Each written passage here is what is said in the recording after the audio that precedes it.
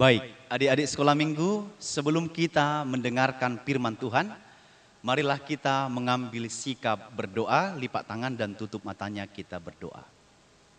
Kasih karunia dan damai sejahtera bagimu dari Allah Bapa kita dan Kristus Yesus menyertai kamu. Amin. Baik, adik-adik sekolah minggu, firman Tuhan bagi kita dalam ibadah Minggu Pentakosta yang pertama hari ini tertulis dalam kitab Kisah Para Rasul pasal yang kedua ayat 14 sampai ayat 18. Demikian Amang baca untuk kita, perhatikan semua Alkitabnya. Maka bangkitlah Petrus berdiri dengan ke-11 rasul itu, dan dengan suara nyaring ia berkata kepada mereka, "Hai kamu orang Yahudi dan kamu semua yang tinggal di Yerusalem, ketahuilah dan camkanlah perkataanku ini. Orang-orang ini tidak mabuk seperti yang kamu sangka, karena hari ini baru pukul 9. Tetapi itulah yang difirmankan Allah dengan perantara Nabi Yoel. Akan terjadi pada hari-hari terakhir, demikianlah firman Allah, bahwa aku akan mencurahkan rohku ke atas semua manusia. Maka anakmu laki-laki dan perempuan akan bernubuat, dan teruna-terunamu akan mendapat penglihatan-penglihatan. Dan orang-orangmu yang tua akan mendapat mimpi. Juga ke atas hamba-hambaku, laki-laki dan perempuan, akan kucurahkan rohku pada hari-hari itu, dan mereka akan bernubuat." Demikian firman Tuhan. Shalom adik-adik sekolah minggu, selamat merayakan Pentakosta bagi kita pada hari ini. Pentakosta artinya berarti hari ke-50 di mana Tuhan mencurahkan rohnya yang kudus kepada kita. Roh Kudusnya kepada kita, Roh Kudus itu apa sih?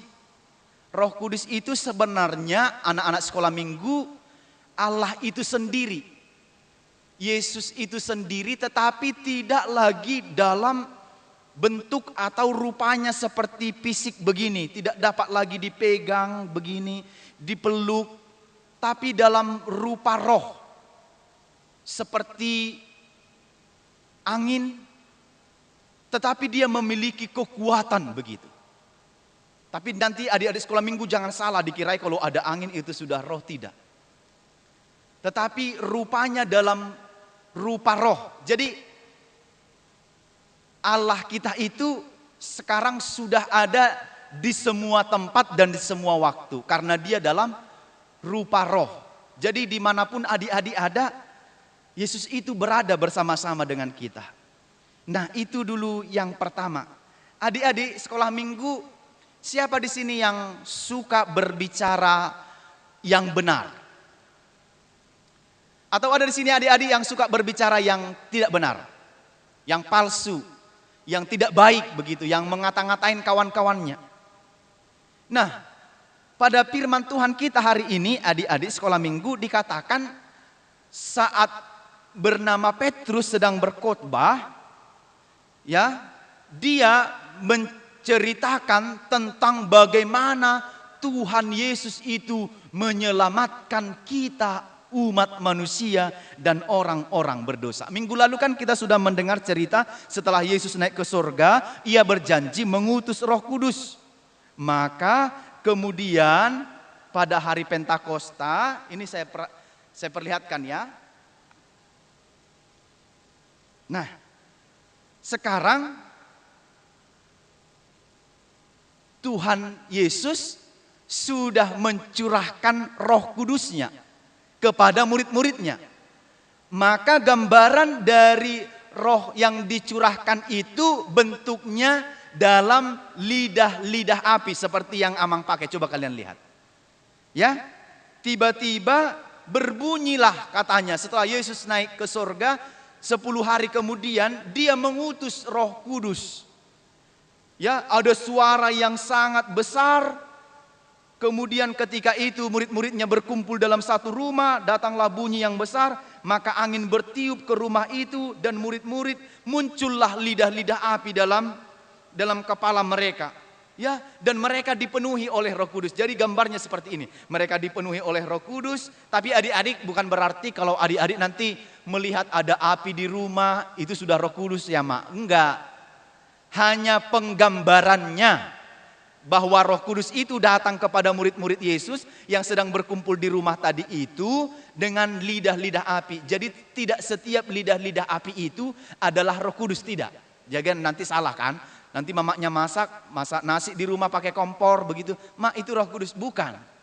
Tapi penggambarannya yang sampai kepada murid-murid itu adalah dalam rupa lidah-lidah api. Mereka dipenuhi oleh Roh Kudus dan mereka mendengarkan suara, dan ketika mereka mendengarkan suara, ada suara yang nyaring tadi dalam bentuk angin yang sangat kencang, sangat kuat, maka orang-orang yang lain itu menjadi datang. Mereka bilang, hei, apa yang terjadi? Katakan, kenapa? Ada apa begitu? Lalu mereka melihat rumah yang ditempati murid-murid Yesus tadi. Lalu mereka bertanya, Petrus, kenapa? Ada apa begitu? Lalu mereka melihat yang di dalam rumah tadi murid-murid Yesus itu saling berbicara. Mereka berbicara adik-adik dalam bahasa yang berbeda, tetapi mereka saling mengerti. Ada yang misalnya bahasa Inggris, ada yang berbahasa Jerman, ada yang berbahasa Indonesia, ada yang berbahasa Jawa. Tetapi walaupun dengan bahasa yang berbeda, mereka bisa saling mengerti. Itu karena apa? Itu karena Roh Kudus tadi yang memberikan pengertian, yang menuntun mereka untuk mengucapkan apa yang mereka ucapkan, tetapi yang mendengarkannya mengerti. Jadi adik-adik, jika adik-adik dipimpin oleh Roh Kudus, maka kita mau katakan setiap anak-anak yang dipimpin oleh Roh Kudus, maka omongannya juga akan baik, omongannya juga akan benar, omongannya tidak ngawur, omongannya tidak cakap kotor, omongannya yang selalu yang baik-baik. Omongannya yang membuat kawannya senang, yang membuat kawannya sukacita. Itu anak-anak yang dipimpin oleh Roh Kudus. Kalau tidak dipimpin oleh Roh Kudus, dipimpin oleh roh halus, dipimpin oleh roh jahat, maka omongannya omongan yang kasar. Omongannya omongan bully, omongannya omongan yang membuat kawannya sakit hati. Tetapi ketika murid-murid Yesus itu dipenuhi Roh Kudus, adik-adik, maka mereka menjadi berbicara yang satu dengan yang lain. Baru orang-orang yang datang tadi yang banyak itu melihat mereka bilang, kalian mabuk ya? Kalian pasti minum anggur kalian. Kalian pasti minum tua ya? Kenapa kalian berbicara tapi bahasa kalian berbeda-beda? Tapi apa kata Petrus? Kami tidak mabuk. Karena ini masih jam 9 pagi, nggak mungkin orang jam 9 pagi sudah mabuk kan?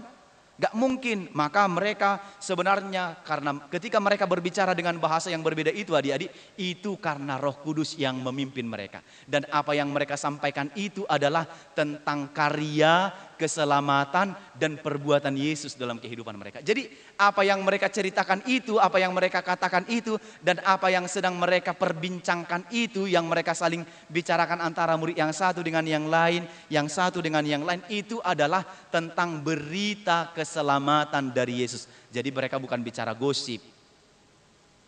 Jadi mereka bukan bicara yang tidak-tidak, tapi mereka berbicara tentang karya Yesus, perbuatan Yesus dalam kehidupan orang-orang berdosa. Karena Yesus itu menolong orang berdosa supaya tidak mati dalam dosanya, tetapi selamat dan beroleh kehidupan yang selama-lamanya. Nah adik-adik, jika demikian maka Roh menuntun kita, ya. Kalau Roh Kudus di sini dikatakan menuntun murid-murid untuk memberitakan Injil, untuk bernubuat, berarti Roh Kudus hari ini sampai kepada kita adik-adik, ya. Berarti menuntun adik-adik untuk berbicara benar. Kalau orang tuanya manggil, hei kau Febri, misalnya kalau namanya Febri, lalu dijawablah dengan baik kan, apa mak? Gitu. Enggak misalnya, hei Febri, apa? Dari tadi kau mengganggu, aku sedang main game kau ganggu begitu. Nah, makan ya, lalu dijawab dengan apa? Iya mak, ntar lagi ya, aku selesaikan dulu tugasku. Itu yang dipimpin Roh. Kalau anak-anak yang enggak dipimpin oleh Roh, ngomongnya kayak mana? Kerjakan tugasmu, kata mamanya, apa katanya? Kau aja yang kerjakan, udah malas aku sekolah. Itu anak-anak yang enggak dipimpin oleh Roh. Maka apa yang disampaikan firman ini untuk adik-adik? Yang pertama, Amang bilang ada 3. Yang pertama, menjadi anak-anak yang selalu menyatakan kebenaran. Jangan mau menjadi anak-anak yang suka berkata bohong, yang suka berkata tidak baik. Karena lagu sekolah minggu katakan, bohong, bohong, bohong, itu dosa. Bohong, bohong, bohong, itu dosa. Bohong, bohong, bohong, itu dosa. anak Tuhan tak boleh bohong. Maka roh menuntun adik-adik menyatakan yang benar. Jangan suka berkata jahat, jangan suka berkata bohong, tetapi sukalah berkata benar. Yang kedua, Roh Kudus mengajari adik-adik untuk hidup selalu dalam kebenaran. Apa yang benar harus berani adik-adik katakan benar.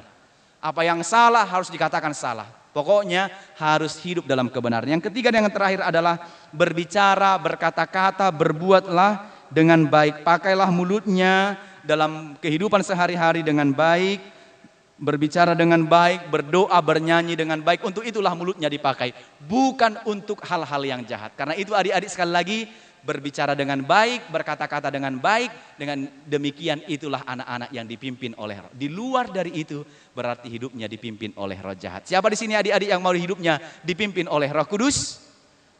Maka yang mau dipimpin oleh Roh Kudus, biarkan hidup kita selalu ada dalam Tuhan Yesus. Supaya kita berkata benar, berbicara benar, dan berbuat benar. Amin. Kita berdoa. Terima kasih Tuhan untuk firman-Mu yang sudah kami dengarkan hari ini. Mengajari kami bahwa Tuhan telah mencurahkan Roh-Mu yang kudus untuk memimpin kami, membimbing kami, menuntun kami anak-anak-Mu. Berbicara, berbuat, berlaku dengan benar, seturut dengan apa yang Tuhan mau dalam kehidupan kami anak-anak-Mu. Berkati kami Tuhan, sebab kami terkadang lemah, kami mau diganggu oleh iblis, digoda oleh teman-teman kami, sehingga kami terkadang tidak melakukan yang baik dan yang benar di hadapan Tuhan. Berkatilah kami untuk tetap sehat, kuat, dan tetap mau beribadah, berdoa, bernyanyi, memuji nama-Mu. Berkati guru kami di sekolah minggu, berkati orang tua kami, berikan kesehatan, kekuatan bagi mereka. Terima kasih Tuhan yang baik, di dalam nama Yesus kami berdoa. Amin.